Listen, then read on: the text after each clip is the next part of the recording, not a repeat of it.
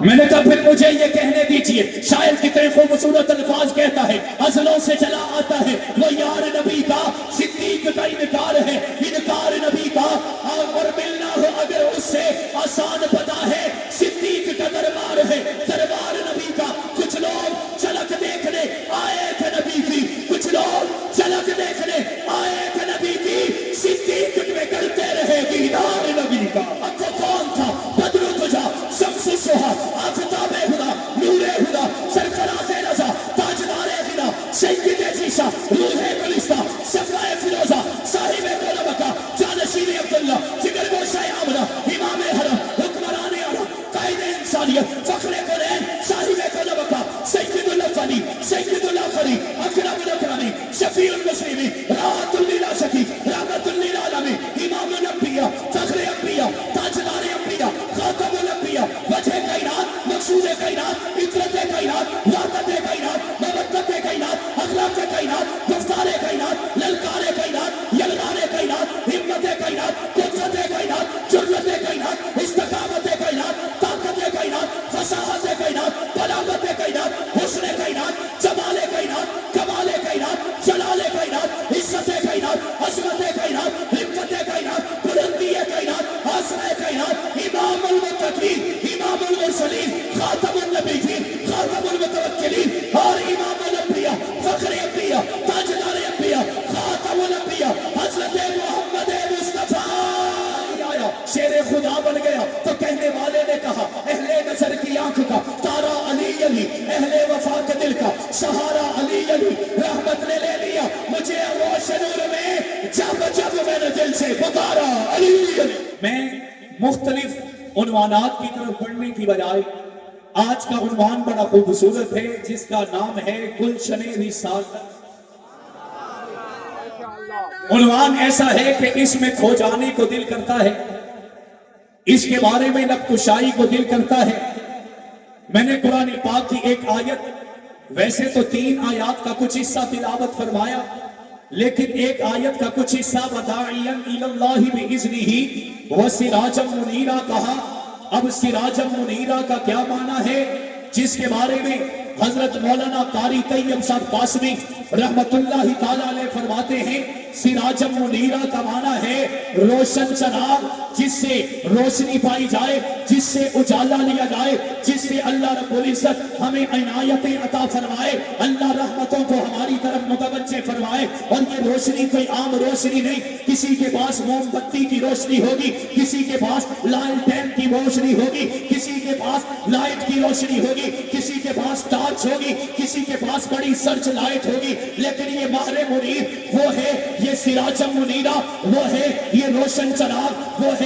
یہ میں اس کی مثال یوں دینا چاہتا ہوں کہ جب کائنات بنائی جائے، بسائی جائے، اللہ رب العزت کے اس دنیا کے اندر، اس زمانے کے اندر، اس ریاست کے اندر ہم موجود ہو، ہمارے اندر یہ صلاحیت ہو کہ ہم پرکھتے چلے جائیں، ہم دیکھتے چلے جائیں، ہم اندازے لگاتے چلے جائیں، تو آسمان جنت پر آج بھی ہمیں کئی ستارے نظر آتے ہیں۔ ہر ستاروں کی وجہ سے ہمیں رستہ بتایا جاتا ہے، ستاروں کی وجہ سے ہمیں آسمان خوبصورت نظر آتا ہے، ستاروں کی وجہ سے ہمیں چمک نظر آتی ہے، ستاروں کی وجہ سے ہمیں کئی طرح کی اچھائیاں نظر آتی ہیں، لیکن یہ ستارے تب تک اپنی چوبن پہ رہیں گے، تب تک ان کا رتبہ رہے گا، تب تک ان کا مقام رہے گا، جب تک آفتاب طلوع نہ ہو جائے، جب تک سورج نکل نہ آئے۔ تو جب سورج نکل کے آ جائے گا، ستارہ جتنا بھی چمک والا ہوگا، ستارے میں جتنی بھی اللہ رب العزت نے چمک رکھی ہوگی، جتنا بھی وہ رستہ دکھانے والا ہوگا، جب سورج نکل آئے گا ان کی اہمیت ختم ہو جائے گی، ان کی مقت مٹ جائے گی، ان کو ہر لحاظ سے ہم بھول جائیں گے۔ میں نے کہا آئیے ہم آمنہ کے در یتیم کے اس در پہ چلتے ہیں۔ اللہ رب العزت نے 1,24,000 کم و بیش انبیاء کو دنیا میں بھیجا، اب وہ ستاروں کی مانند آسمان پہ چمک رہے ہیں۔ کسی نے آدم سے روشنی پائی، کسی نے دانیال سے روشنی پائی، کسی نے داؤد سے روشنی پائی، کوئی دانیال کے پیچھے گیا، کوئی موسیٰ کے پیچھے گیا، کوئی نوح کے پیچھے گیا، کوئی اسحاق کے پیچھے گیا، کوئی موسیٰ کے پیچھے گیا، کوئی عیسیٰ کے پیچھے گیا۔ کسی کو ہارون پسند آیا، کسی کو ابراہیم پسند آئے، کسی کو اسماعیل پسند آئے۔ 7 لاکھ نبی اس دنیا میں آ گئے، آسمان کے ستاروں کی طرح وہ چمکتے نظر آئے، وہ دمکتے نظر آئے، وہ رستہ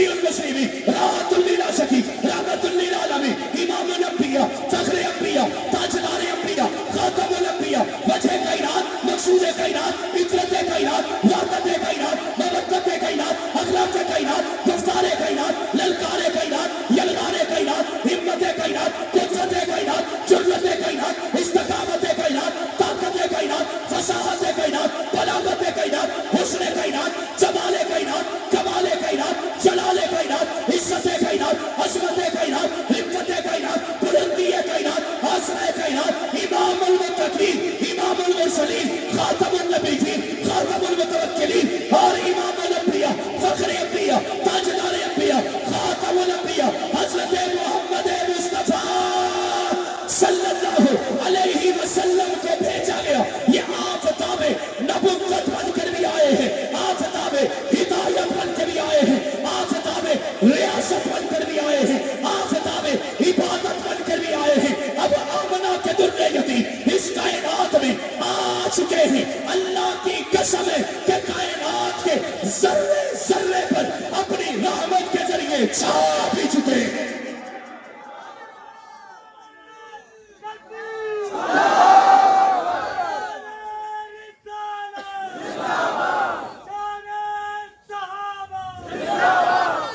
میں نے کہا پھر مجھے یہ کہنے دیجئے، حضور آئے تو سر آفرینش پا گئی دنیا، اندھیروں سے نکل کر روشنی میں آ گئی دنیا، مجھے چہروں سے زنگ اترا، ستے چہروں پہ نور آیا. حضور آئے تو انسانوں کو جینے کا شعور آیا. میں بات کر رہا تھا کہ اللہ رب العزت نے 7 لاکھ نبی بھیجے، ہر کسی کو ہدایت کا پیمانہ، ہدایت کا پروانہ دے کر بھیجا. جب تک ضرورت رہی وہ نبی بھی رہے.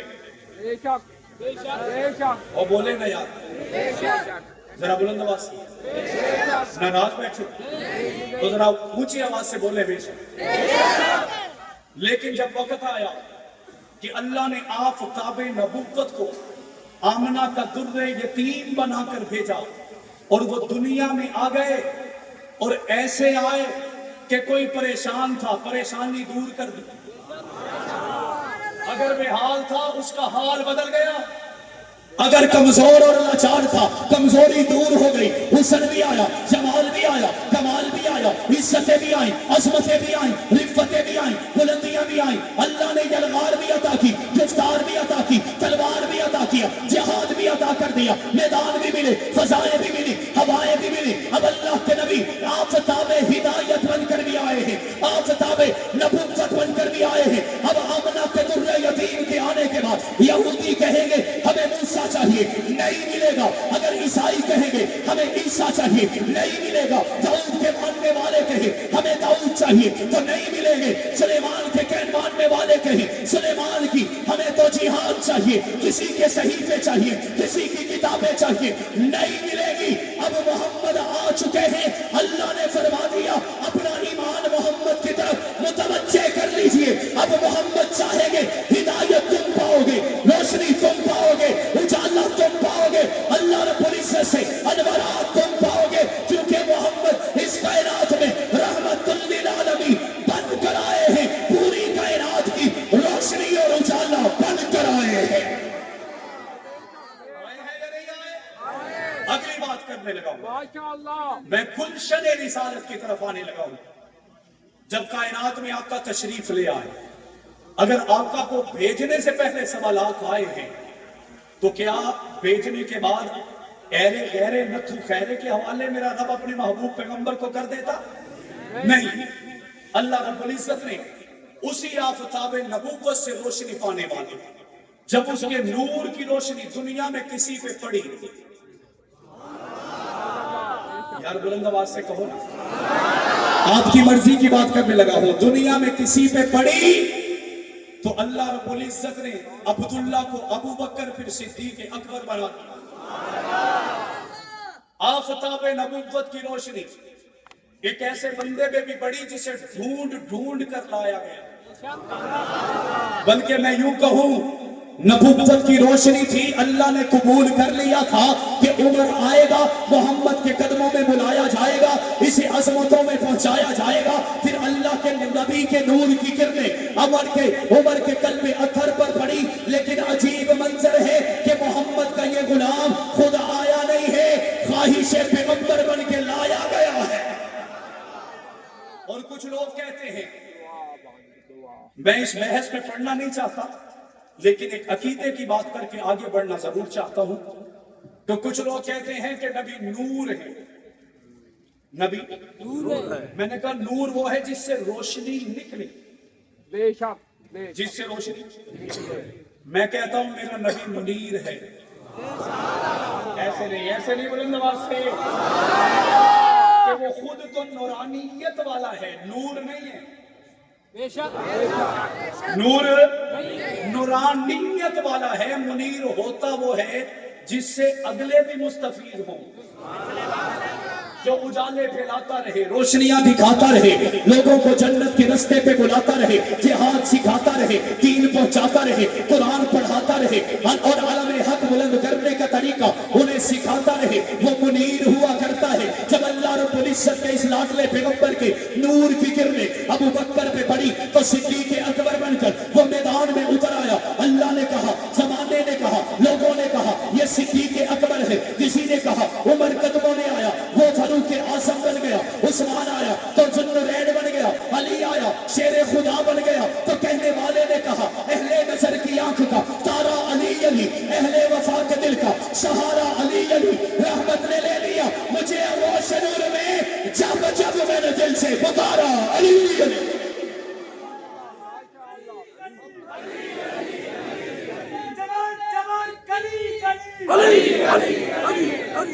اور نبی کی روشنی صرف انہی لوگوں پہ پڑتی ہے جو کسی کام کے ہوں، سبحان اللہ، بے شک بے شک، جو کسی کام کے ہوں۔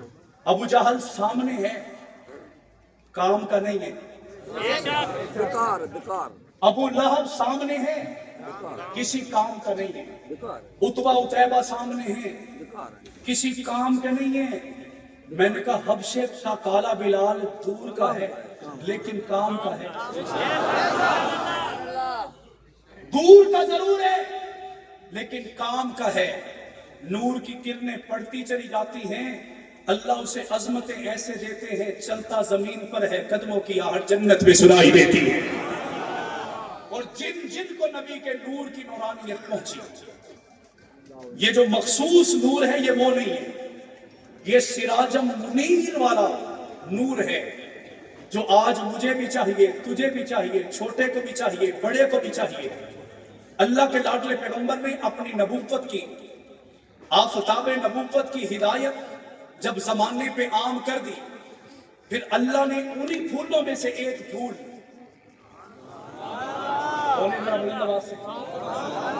انہی پھولوں میں سے ایک پھول آمنہ کے در یتیم کے قدموں میں بھیجا، جسے ابو بکر صدیق کہا جاتا ہے۔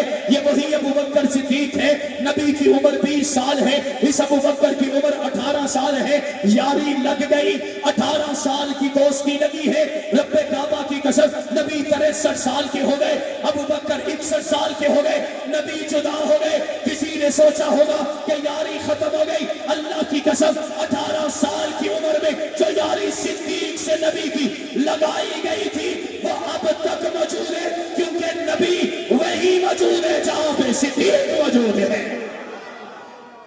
اور یہ صدیق اکبر وہ ہے، میں تھوڑا آگے بڑھنا چاہتا ہوں۔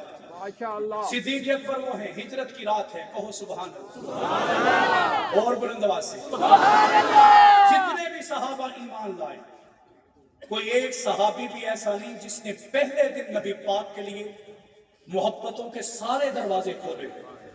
توجہ کیجیے، حضرت علی سے کہا، حالانکہ اپنا بھائی ہے، کھایا بھی اپنا ہے، پیا بھی اپنا ہے، رہا بھی اپنے ہے، لیکن وہ پھر بھی کہتے ہیں ابا جی کو پوچھنا۔ کسی اور سے کہا، اس نے کہا اماں سے پوچھوں گا، کسی نے کہا والدین سے مشورہ کروں گا، کسی نے کہا سوچوں گا، کسی نے کہا دلیلیں مانگوں گا، لیکن جب بات صدیق کی آئی،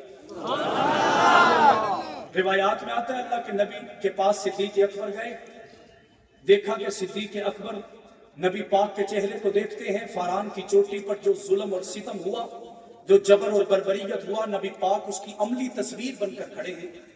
نبی پاک کا چہرہ لہو لہو ہے.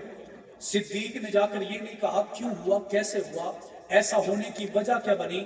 صدیق دیکھے جا رہے ہیں، آنکھوں سے آنسو بہائے جا رہے ہیں، اور آقا کے ہاتھوں میں ہاتھ دے کر کلمہ شہادت پڑھے جا رہے ہیں. علماء کے سامنے ہاتھ بدستہ ہو کر، دست بدستہ ہو کر یہ گزارش کر رہا ہوں. میں ایک روایت پڑھ کے حیران ہوا کہ صدیق اکبر نے پہلے دن جب آقا کا کلمہ پڑھا، کلمہ پڑھنے کے بعد اس نے اپنے سامان میں سے ایک جھولا نکالا، ایک پیکنگ نکالی اور نبی پاک کے قدموں میں رکھ دی. اللہ کے نبی پوچھتے ہیں یہ کیا ہے؟ صدیق کہتے ہیں آج کے بعد میں ہی صرف آپ کا نہیں، میری دولت بھی آپ کی ہے. اور 50,000 درہم، 50,000 درہم میں نے دعویٰ کیا تھا نبی پاک کو پہلے دن جس نے نبی پاک کی معاونت ہر لحاظ سے کی ہوئی، اس میں بھی پہلا نمبر صدیق اکبر کا ہے. صدیق اکبر نے 50,000 درہم نبی کے قدموں میں رکھے. آقا نے فرمایا میں کیا کروں گا؟ صدیق کہتے ہیں میں تاجر ہوں، مجھے پتا ہے ضرورت پڑتی رہے گی. اے آقا جب بھی ضرورت پڑے گی صدیق کی یاد آئے گی. یہ صدیق اکبر ہے. میں آگے تھوڑا سا آگے پڑھ رہا ہوں. ہجرت کی رات ہے، اللہ کے نبی نے اپنے بستر پر علی کو سلایا اور خود چل کر صدیق کے گھر چلے گئے. کوئی کالا پیلا نیلے شاہ اٹھ کے کہنے لگا کہ دا مطلب ہے علی دا پہلا نمبر ہے. میں کیا ہوں بدبختہ، یہ نمبر تیرے پیو نہیں دینے، رب دیونے.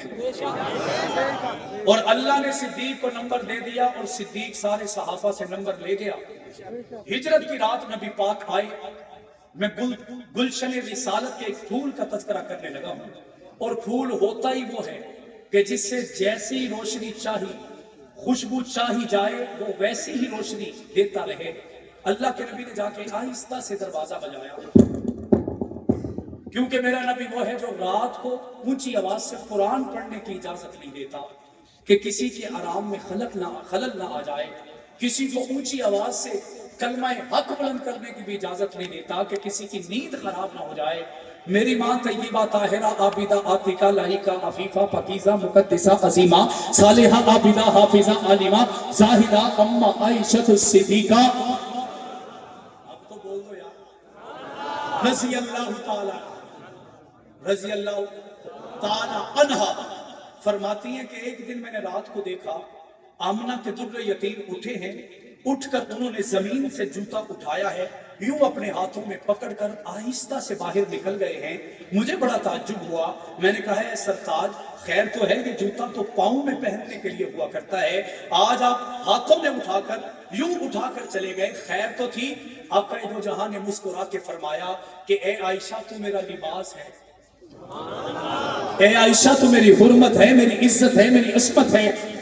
میں جب اٹھا تھا تو میرے دل میں خیال آیا کہ جوتا پہنوں گا، میرے قدموں کی آہٹ سے کہیں تیرے آرام میں خلل نہ آ جائے، اور اس وجہ سے میں محمد نے اپنا جوتا ہاتھوں میں اٹھایا، بغیر پہنے باہر نکل گیا، اور باہر جا کر میں نے جوتا پہنا. میرے آقا تو اتنے عظیم ہیں. صدیق کے گھر میں جا کر آہستہ سے دروازہ کھٹکھٹایا. روایات میں آتا ہے جب تیسری مرتبہ ٹک کی آواز ہوئی، حضرت ابوبکر صدیق نے دروازہ کھولا. اللہ کے نبی فرماتے ہیں اے صدیق کہیں نیند تو نہیں خراب کر دی؟ صدیق اکبر نظریں جھکا کر کہتے ہیں آقا آپ سونے کی بات کرتے ہیں، آج سے 14 دن پہلے دار ارقم میں کھڑے ہو کر آپ نے فرمایا تھا کہ اے صدیق ہمیں شاید جانا پڑے، ہمیں شاید ہجرت کرنا پڑے، ہمیں شاید مدینہ کا رخ کرنا پڑے. اے آقا آپ سونے کی بات کرتے ہیں، یہ صدیق تو 14 دن سے سویا ہی نہیں، یہ صدیق تو 14 دن سے سویا ہی نہیں ہے. اب سفر میں جانا ہے. گلشن رسالت ایسا ہے، یہ باغ ایسا ہے کہ جس پھول کو بھی آپ پکڑیں گے اس کی خوشبو بڑھتی چلی جائے گی، وہ عظمتوں میں لے جائے گی، وہ بلندیوں میں پہنچا دے گی. اللہ کے نبی نے پوچھا اے صدیق جائیں گے کیسے؟ توجہ ہے، ذرا محبت میں کہیں سبحان اللہ، ذرا سارے مل کر کہہ دیں سبحان اللہ. صدیق جائیں گے کیسے؟ صدیق اکبر، میں دنیا کا اصول بتا رہا ہوں کہ جانے کے لیے 3 چیزیں چاہیے. جب بھی کسی نے سفر کرنا ہے تو 3 چیزیں لازمی ہیں. اچھی سواری، ہم کسی کی مشکل پہ بھی کام آتے ہیں تو ہمارا دل کرتا ہے کہ 2D کار ہونی چاہیے اور اے سی اس کا فل تیز ہونا چاہیے. کچھ لوگ ہیں وہ سردیوں میں بھی گاڑی میں بیٹھے عادت ہو گئی ہے, بیٹھتے پوچھتے ہیں اے سی چل رہا ہے کہ نہیں چل رہا, کیونکہ گاڑی کے اچھے ہونے کی علامت ایک اے سی بھی ہے جو راحت دیتا ہے.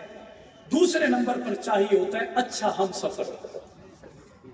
کوئی چبل یا بندہ نال بہ جاوے نا تے بندے دا دل کرتا ہے یا میں سفر چھڑ دیاں یا انہوں لا دیاں.